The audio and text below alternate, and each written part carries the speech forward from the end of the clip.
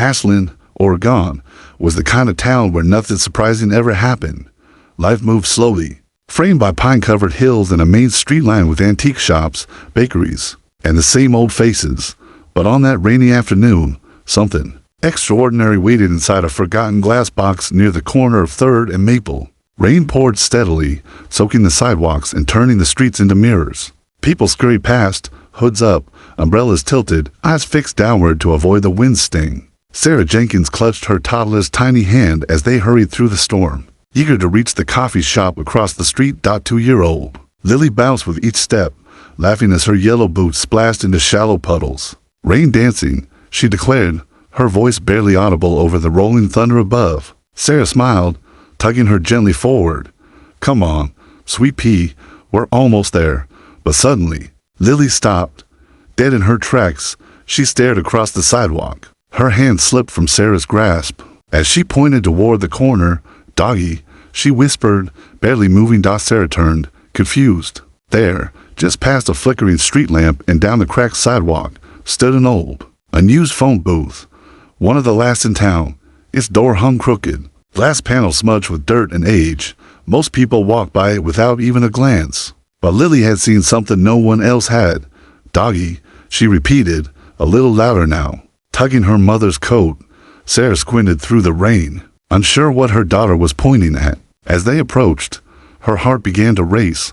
Inside the booth, huddled in the corner like a shadow, was a large, still figure, a German shepherd. The dog didn't flinch as they drew near. It didn't bark, didn't move, didn't even lift its head.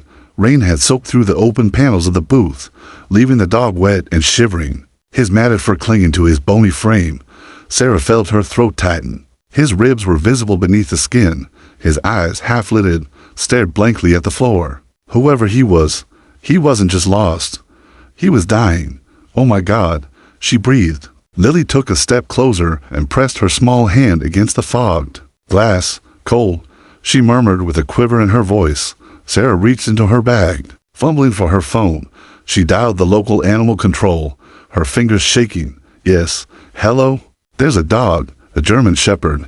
He's in an old phone booth on 3rd and Maple. He looks really bad. Please, can someone come now?"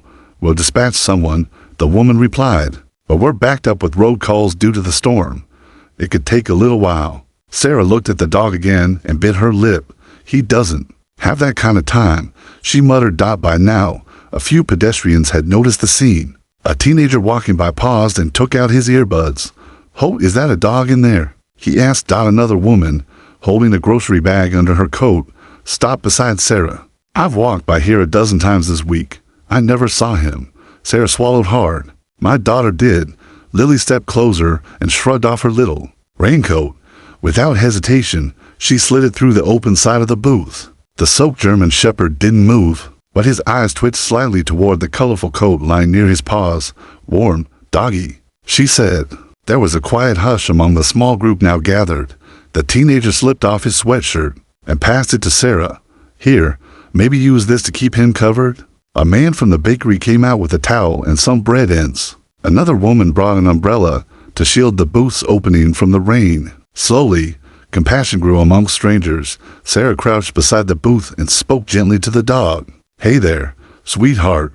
It's okay. We see you. We're gonna help you." Still no movement, just shallow, uneven breaths.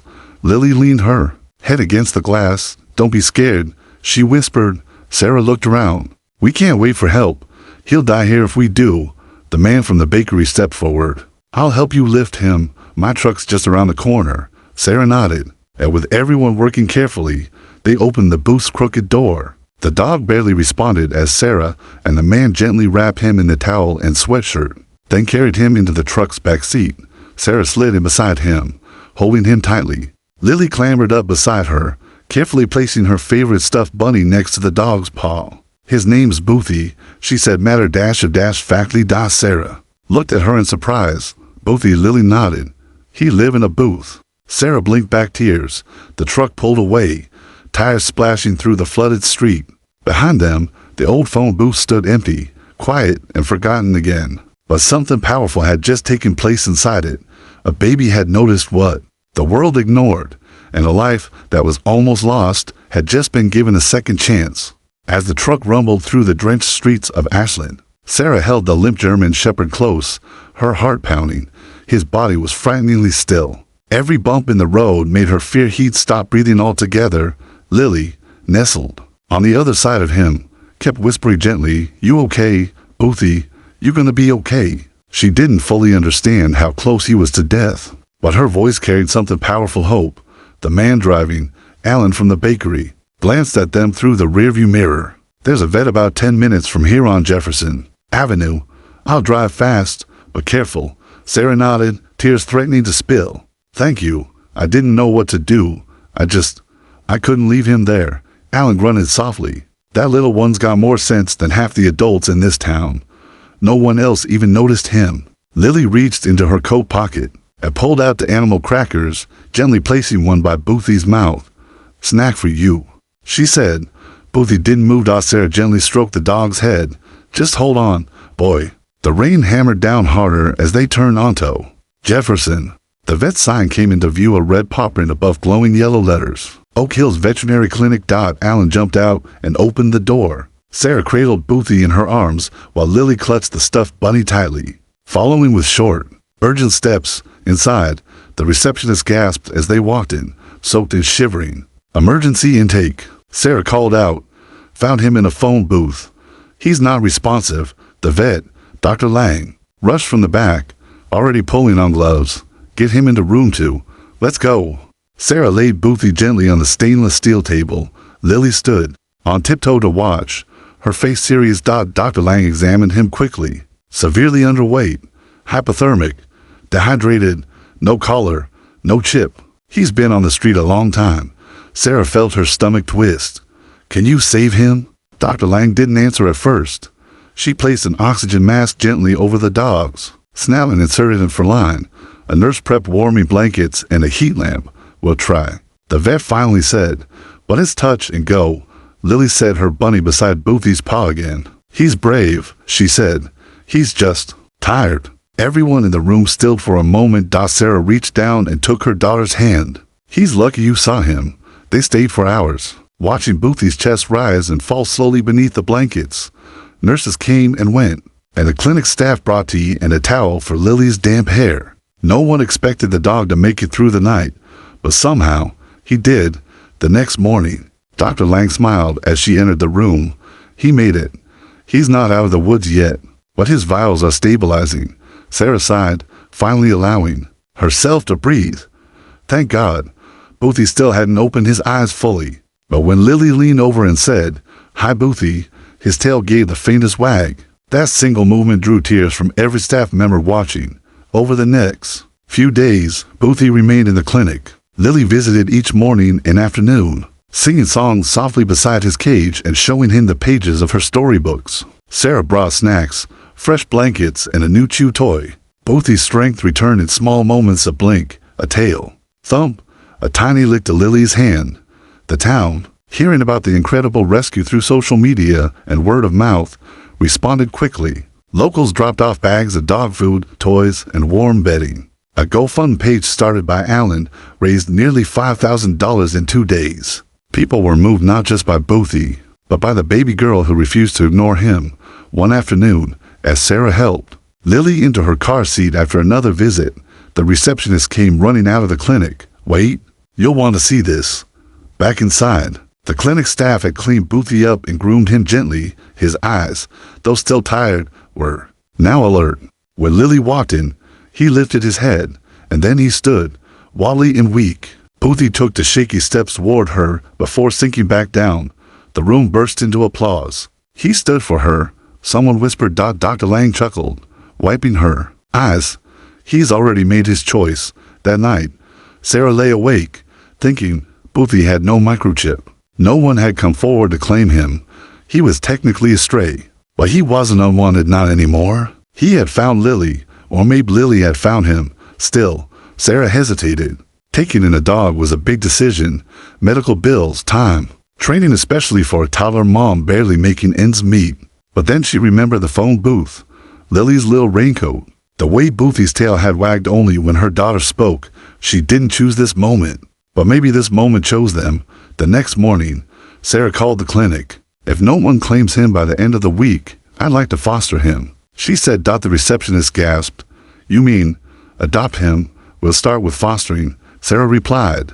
But I think he's already part of our family in the background. Lily was scullery at the kitchen table. She looked up, smiled, and said one word.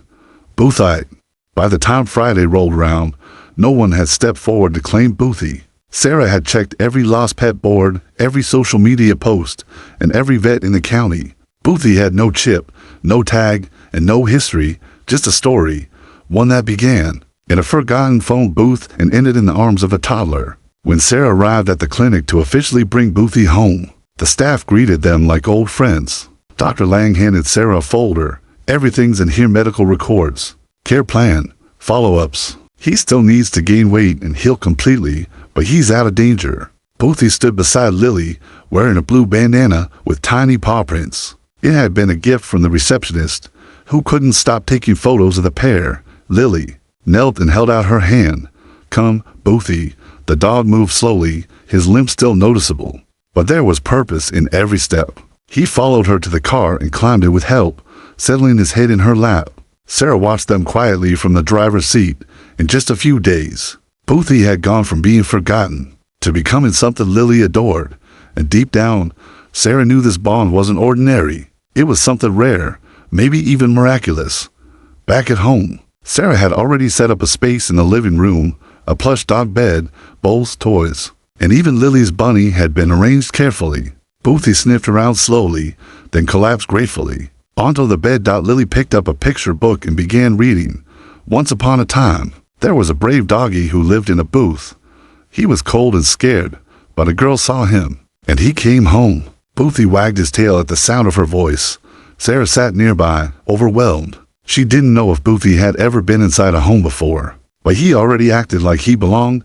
Later that night, as Lily slept peacefully, Boothie lay at the foot of her bed, eyes half open, like a sentinel. Sarah stood in the doorway, heart aching in the best way. They hadn't rescued just a dog. Lily had rescued a soul. Over the next 2 weeks, Boothie blossomed. His coat regained its shine. His eyes brightened. He began walking with more strength and even played gently with Lily in the yard. He followed her like a shadow everywhere she went. He went to. She'd feed him from her tiny hands, talk to him as if he were a brother, and wrap her arms around him each night before bed. Word of Boothie's rescue spread further. The local news did a segment interviewing Sarah and Lily, while Boothie calmly sat at their feet. She saw what no one else did, Sarah told the reporter. A soul that needed someone to care. The clip went viral. Comments flooded in hundreds, then thousands. People donated to the vet clinic in Boothie's. Nay, others sent letters, toys, and pictures of their own rescues. Many were moved to tears, especially by the image of little Lily slipping her coat through the broken booth door. That one act had inspired people across the country. One morning, as Lily and Boothie sat in the front yard with bubbles floating around them, a UPS truck pulled into the driveway. The driver handed Sarah a large box labeled, "To Boothie and Lily, with love from Colorado." Inside were treats, leashes, a new bed, and a laminated photo of a man with a German shepherd sitting on a highway shoulder. Scribbled on the back was, "I lost my dog Ranger 2 years ago. I've never stopped looking. Your story gave me hope again. Thank you." Sarah felt goosebumps ripple across her arms. Ranger? She flipped the photo over again and stared at the dog's markings. Her heart skipped. Could it be? That night, she couldn't sleep. She studied the photo again. Boothie did resemble the dog in the image, same soulful eyes, same floppy right ear. She reached for her phone and messaged the man, named Dave, whose return address was on the box. Within an hour, he responded, yes, his name was Ranger. He disappeared during a fuel stop in Utah. I searched for weeks. The story about Lily reminded me of him immediately. I had to send something. Sarah's fingers trembled. I think you need to meet him. 2 days later, Dave arrived. He stepped out of his truck. With slow, cautious movements, Boothie stood at the window, ears alert, tail slightly wagging. Lily watched quietly from the living room floor. Sarah opened the door. Dave's breath caught. Ranger? He whispered, kneeling down. Boothie walked slowly toward him, sniffed his hands, then backed up and looked over his shoulder toward Lily. The little girl stood up and walked to his side. Boothie moved to her instantly, tail wagging faster now, leaning into her chest as she hugged his neck. Dave blinked hard. "I don't believe it," he whispered. Boothie turned back to Dave, offering a small, cautious lick to his hand. "It's him," Dave said. "But he's different now. He's got someone." Sarah sat beside them. "He's been through a lot. I didn't know where he came from, but I knew he was loved once." Dave nodded. "He was, and now he's loved again." The silence hung thick with emotion. Then, gently, Dave said, "I never thought I'd see him again, but I think he's found his home." Boothie settled between the two of them, one paw on Dave's shoe, the other pressed against Lily's tiny foot. Dave sat on the front porch of Sarah's home, a weathered hand resting on Boothie's back. The German shepherd sat beside him quietly, head turned toward the yard where Lily chased Bubbles barefoot, her laughter filling the air like music. Boothie's eyes followed her every movement, his tail thumping gently whenever she glanced his way. "She's his world now," Dave said softly. Sarah leaned on the railing beside him, sipping tea. It happened quickly, but it's like they already knew each other before they met. Dave nodded, lips tight. "When I lost him, I tore my truck apart. I stayed in town for days just to search alleys. He was more than a dog. He was my only company on the road." Boothie turned and nudged Dave's leg, recognizing the sadness in his voice. "I thought I failed him," Dave admitted. Sarah looked at him. "I's kind. You didn't fail him. Someone else did when they took him. But he survived because of you and because Lily refused to look away." There was a long pause between them. Dave rubbed his face with his palm. "I don't want to take him from her, but it kills me to leave without saying something real." Inside the house, Lily pressed her face to the screen door. "Boothie, story time." Boothie's ears perked up. Without hesitation, he trotted toward the door. Sarah and Dave watched in silence. "He made his choice," Dave said finally, voice trembling. "I think I always knew he would." Later that night, Dave sat at the kitchen table with a pen in his hand and a blank piece of paper before him. He wanted to say something that Lily might remember not just now, but years later, when she looked back and wondered why a stranger let her keep the dog that once belonged to someone else. He began to write, "Dear Lily, sometimes we lose things we love very much, and sometimes the world has a funny way of giving them back, not to keep, but to share. You didn't just save Boothie's life, you saved part of mine too. When I thought I'd never see him again, your little heart proved me wrong. He's yours now. He chose you. But I'll always be thankful that you let me see him one last time. Love, Mr. Dave." Boothie's first friend. He folded the letter and left it on the kitchen counter beside a small box of red color with a silver heart-shaped tag engraved. "Boothie, forever loved." Dave left before dawn, but not without one final visit. Boothie lay curled at Lily's feet as she slept.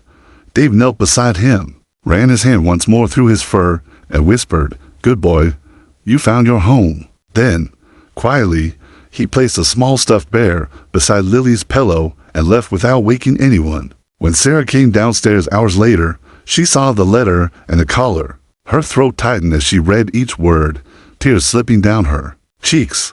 Lily woke not long after, yawning and hugging the bear tightly to her chest. Sarah knelt beside her. "Sweetheart, Mr. Dave left you something." Lily opened the letter and looked at the collar.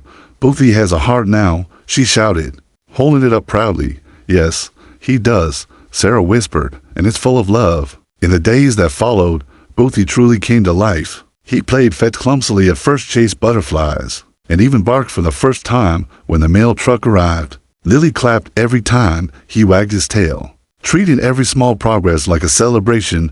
Boothie had found not just a home, but joy. Sarah noticed how he began sleeping more peacefully, how he walked taller. He started greeting neighbors at the gate, tail wagging, head proud. People stopped by regularly now, bringing treats, waving to Lily, asking about Boothie like he was a local celebrity. One afternoon, a teenager passed by with his little brother and whispered, "That's the dog from the phone booth." Boothie, lying in the sun near the porch, lifted his head. The boy stared for a long time before saying, "I was one of the people who walked past that day. I didn't stop, but now every time I see a stray, I do." Sarah placed a hand on his shoulder. "That's what second chances are for." One evening, as Sarah tucked Lily into bed, Lily asked, "Mommy, Is Boothie mine forever? Sarah paused. Forever is a long time, baby. But yes, as long as he wants to be here, he's yours. Lily smiled sleepily. I think he was waiting for me. Sarah kissed her forehead. Maybe you were waiting for him to. Boothie padded into the room, curling beside the bed. He rested his head on his paws and closed his eyes. Content. Sarah stood in the doorway, heart full. She didn't have all the answers. Life was messy, hard, unexpected. But this made sense. A toddler, a forgotten dog, a phone booth, and a love that needed no words. Weeks passed, and Boothie settled into his new life as though he'd always been part of it. The scars on his body began to fade, but the ones inside those invisible to most took longer. Still, with Lily by his side, even the deepest hurts began to heal. The town of Ashland, once quiet and unremarkable, had changed. The story of the girl and the dog had stirred something deeper in its people. Boothie had become a symbol not just of survival, but of compassion. A local muralist painted a scene on the side of the library, Lily handing Boothie her coat.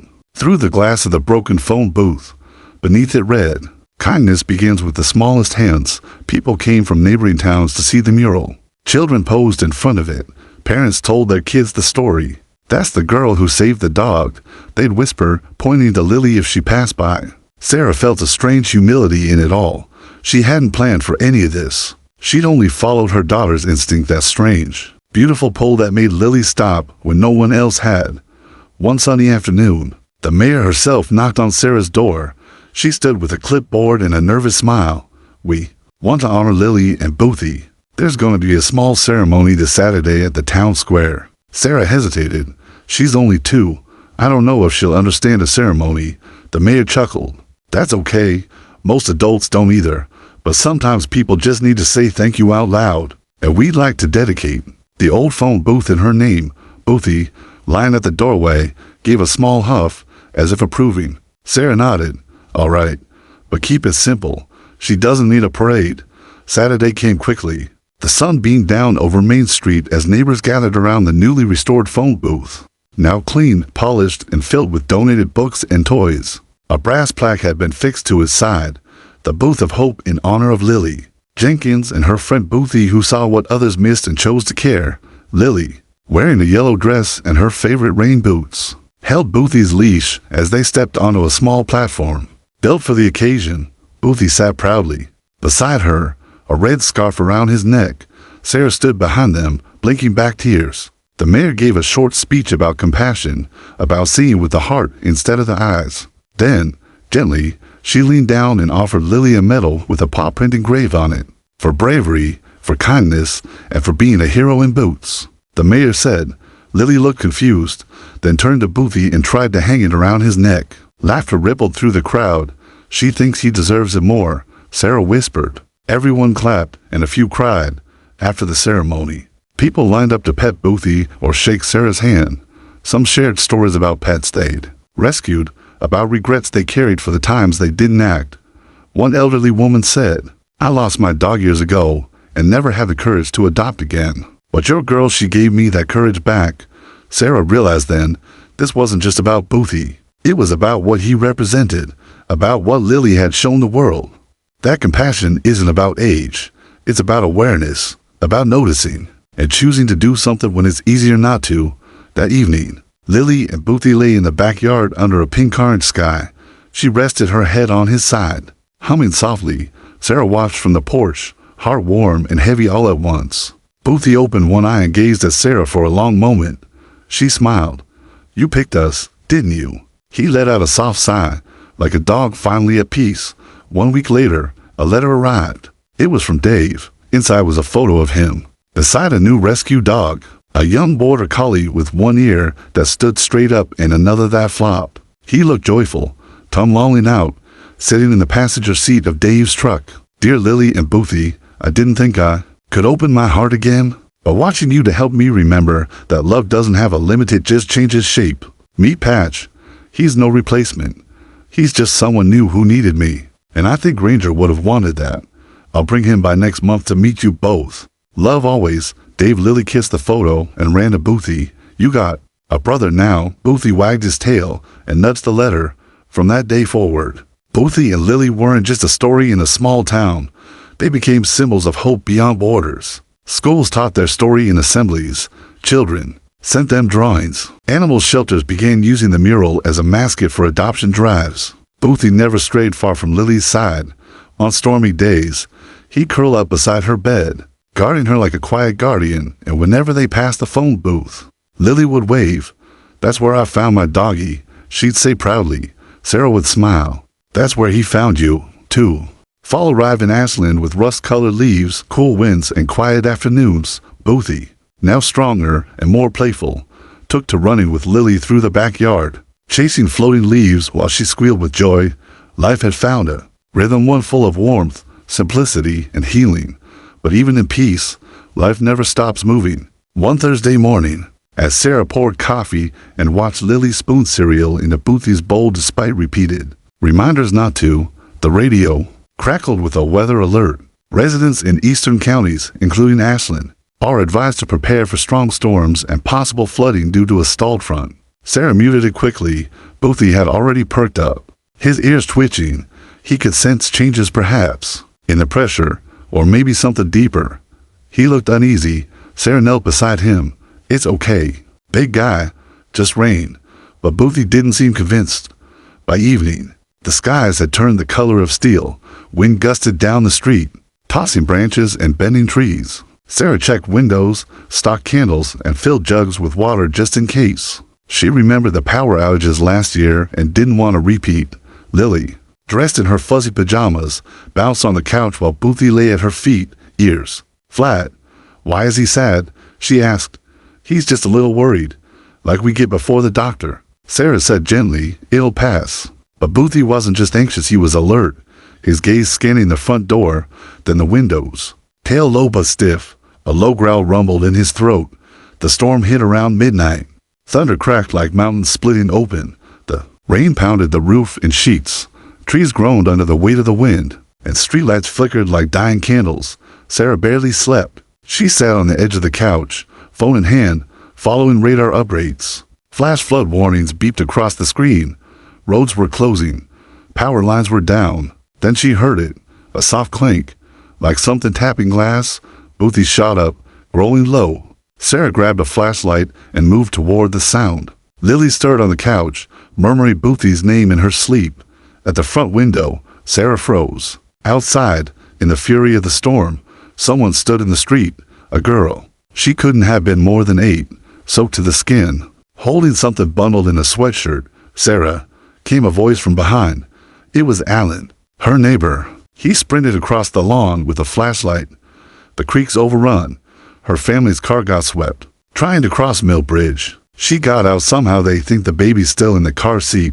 Sarah's breath caught. "The baby's in the water." Before she could finish the sentence, Boothie was already moving. He barreled through the kitchen, nudged, opened the back door, and darted into the storm like a missile. "Boothie, no!" Sarah screamed. The world outside was chaos. Rain stung like needles. Water rushed down the street like a river. But Boothie pushed forward, paws pounding the ground, eyes sharp. He knew that sound, that urgency, the same desperation he had once felt. Trapped behind glass, except this time, someone else was trapped. Guided by instinct, Boothie raced toward Mill Bridge, where muddy water had overtaken the road. A twisted guardrail marked where the car had skidded off. A horn blared underwater. Then he saw it. A vehicle half submerged, rocking with the current. Inside, a tiny face barely visible in the back seat. A baby, crying, alive. Boothie dove into the floodwaters without hesitation. The cold bit into his limbs, but he paddled harder, jaws clenched. He reached the car, claws scraping metal as he fought to stay up. The window was cracked just enough. With powerful teeth, he gripped the edge and tugged. Nothing. He dove. Again. Bit. Pulled. The glass gave. He squeezed halfway in, careful not to break the remaining shards. The baby wailed louder. Boothie nudged the tiny body gently with his nose, then grabbed the back of the shirt with his teeth, tugging, until, with a splash, the baby slipped free. Boothie turned, kicking hard with his legs. The baby clutched tight as he swam toward the shore. Sarah and Alan reached the bridge seconds later. Sarah's flashlight cut through the rain. "Boothie!" She screamed. A shape broke the surface. Boothie, paddling fiercely, baby in mouth, head barely above the water. Alan jumped into the shallows, grabbed the baby, then Boothie by the collar. Boothie collapsed on the muddy grass, coughing up water, sides heaving. Sarah wrapped the baby in her coat, dialing 911 with shaking hands. The child wailed a strong, angry cry. Alive. Boothie, she whispered, kneeling beside him. He was trembling, soaked, exhausted, but his tail wagged once. Lily's voice called from behind. Boothie. He lifted his head. Eyes found hers. She ran to him and wrapped her arms around his wet fur. That night, as emergency responders arrived and the baby was taken to safety, Sarah held Lily close. In the kitchen, you're both heroes, she whispered. Boothie, resting by the heater, closed his eyes, not from pain but peace. He had come full circle. Once the forgotten soul behind glass, now the guardian. The morning after the flood, Ashland woke to a new stillness. The storm had passed, but its scars remained: uprooted trees, flooded basements, broken windows. Yet amid the wreckage, a quiet reverence settled over the town. Everyone was talking about one thing: the dog that dove into a raging river and saved a baby. Boothie slept for most of the day, wrapped in blankets near the wood stove. Sarah and Lily barely left his side. His breaths were deep, but even. His body stiff with exhaustion. The vet had come by earlier, given fluids, and whispered in awe, "This dog, he's something else." Lily placed her stuffed bunny next to Boothie and patted his paw. "He's a superhero," she whispered. The baby girl rescued from the flood was recovering well. Her name was Sophia. Her parents, tearful and shaken, visited the Clark house that afternoon with trembling gratitude. Sarah had to hold back tears as Sophia's mother dropped to her knees beside Boothie, sobbing, "You saved her. You saved our baby." Boothie licked her hand once, then rested his head again. Lily didn't quite understand the full danger, but she knew Boothie had done something huge. Her drawings on the fridge that evening featured him in a red cape flying through storm clouds, a baby cradled in his paws. Sarah smiled through tears. By the weekend, Boothie had regained his strength and started walking around again, slower than usual, but with his eyes bright. Alan organized a small community gathering outside the Ashland Fire Station. People brought candles, flowers, dog treats, and hand-painted signs. One read, "Boothie, the brave heart of Ashland." Another, "Not just a dog, a savior." Children pressed thank you cards into Sarah's hands. Reporters arrived from nearby towns. One local news anchor fought back tears on live TV while recounting how Boothie had swum into the current, risking his life. Sarah kept one arm around Lily and the other around Boothie's collar. "It all started because he was left behind," she said quietly into the microphone. "And now, he's changed us all." That night, Lily had a dream. In it, she was back at the phone booth. Rain still fell, and lightning danced across the sky. But instead of seeing Boothie curled up inside, she saw him glowing, a soft light wrapped around him like armor. When she stepped closer, he looked up and spoke, not with words, but through her heart. "You found me so I could find them." She woke up in tears, crawled out of bed, and curled up beside Boothie in the living room. "Don't go," she whispered. Boothie nudged her shoulder, gently with his nose. He wasn't going anywhere. The next morning, something unexpected happened. A letter arrived from the governor's office. It read, "In recognition of extraordinary bravery, Boothie the German Shepherd is hereby awarded the State Medal of Animal Valor, the highest civilian honor for non-human service animals." The mayor himself would present it at a formal event in 2 weeks. Sarah stared at the letter, then looked down at Boothie, who was busy trying to open a peanut butter jar Lily had left on the floor. "You're going to need a bow tie," she said, laughing through tears. 2 weeks later, under sunny skies and in front of hundreds gathered at the courthouse lawn, Boothie stood tall. He didn't understand the clapping or the cameras or the polished metal that hung around his neck, but he did understand Lily's beaming smile and Sarah's steady hand on his back. The governor shook Sarah's hand. "I've heard stories of brave dogs," he said, "but Boothie, he's something beyond that." The crowd erupted in applause. Someone whispered, "He saved a child." Not many can say that. Lily climbed on stage and held up a drawing she'd made. Boothie, a heart around his neck, standing over water, the baby safely in his shadow. After the ceremony, something even bigger happened. A woman approached Sarah quietly. She wore a dark blazer and carried a clipboard. "I'm from the National K-9 Rehabilitation Unit," She explained, "We work with retired service animals and help integrate them into therapy programs. For children in trauma." Sarah frowned slightly. "He's not trained for that." The woman smiled. "He doesn't need training. He knows. We watch what he did. Boothie has the instincts, the gentleness, the courage. We'd like to invite him and Lily to our certified emotional therapy program." They work together, helping other children heal. Sarah blinked in awe. "You're serious?" She nodded.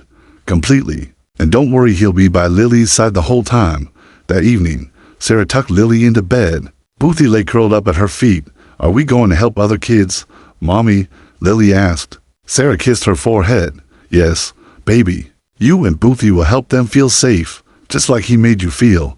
Lily smiled sleepily, then rolled toward Boothie and whispered something only he could hear. He nudged her hand, tail wagging softly. Outside, the stars glittered across the quiet sky. Boothie looked toward the moon, then back at his girl. The journey from phone booth to hero had come full circle, but something new was just beginning, and for the first time, the world was ready to listen. 6 months had passed since that stormy night changed everything. Winter melted into spring, and the town of Ashland slowly returned to normal. But for the Clark family and the community, life would never be quite the same, because Boothie wasn't just a dog anymore. He was a symbol, a protector, a legend. Lily was now a little taller, a little braver. Her speech had improved dramatically, and the nightmares that once haunted her sleep had disappeared. Whenever people asked her why, she'd simply smile, point at her German shepherd, and say, "Because Boothie keeps the dark away." He always stayed close like a shadow with a heartbeat.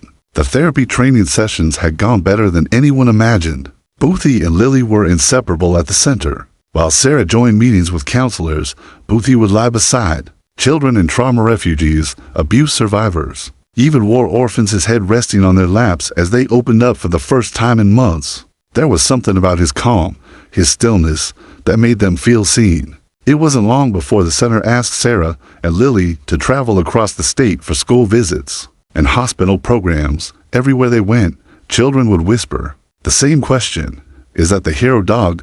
Lily always answered proudly, "Yes, he's mine." One evening, Sarah sat on the back porch watching Lily play fetch with Boothie. The sunset painted the sky in streaks of orange and gold. Boothie's fur glistened as he bounded after the stick and returned with joy only a dog could know. Alan joined Sarah with 2 mugs of tea. "You realize," he said, "he was just a stray in a phone booth not so long ago." Sarah laughed gently, "And now he saved a baby, healed a town, and is helping kids across the state find peace. If that's not a miracle, I don't know what is." They sipped in silence, grateful. Boothie's story had become more than local news. A children's author from Boston reached out with a proposal. He wanted to write a book called The Dog in the Booth. It would be a true tale for young readers, complete with illustrations and a message of hope. Lily was ecstatic. She started drawing the pages herself, her colored pencils scattered across the kitchen table every evening. When the book launched months later, it hit the shelves with heartwarming artwork and Boothie's photo on the cover. The dedication read, "To Boothie, the dog who didn't need a voice to speak to our hearts." National TV soon came knocking. Boothie and Lily were invited to appear on a morning show in New York. Dressed in matching sweaters, Lily with a heart, Boothie with a tiny red cape, they walked onto the stage to roaring applause. The host knelt beside Boothie. "They say heroes don't wear capes," she said, "but today, I think we found one who does." Lily leaned into the mic and said, "He saved a baby. Then he saved me."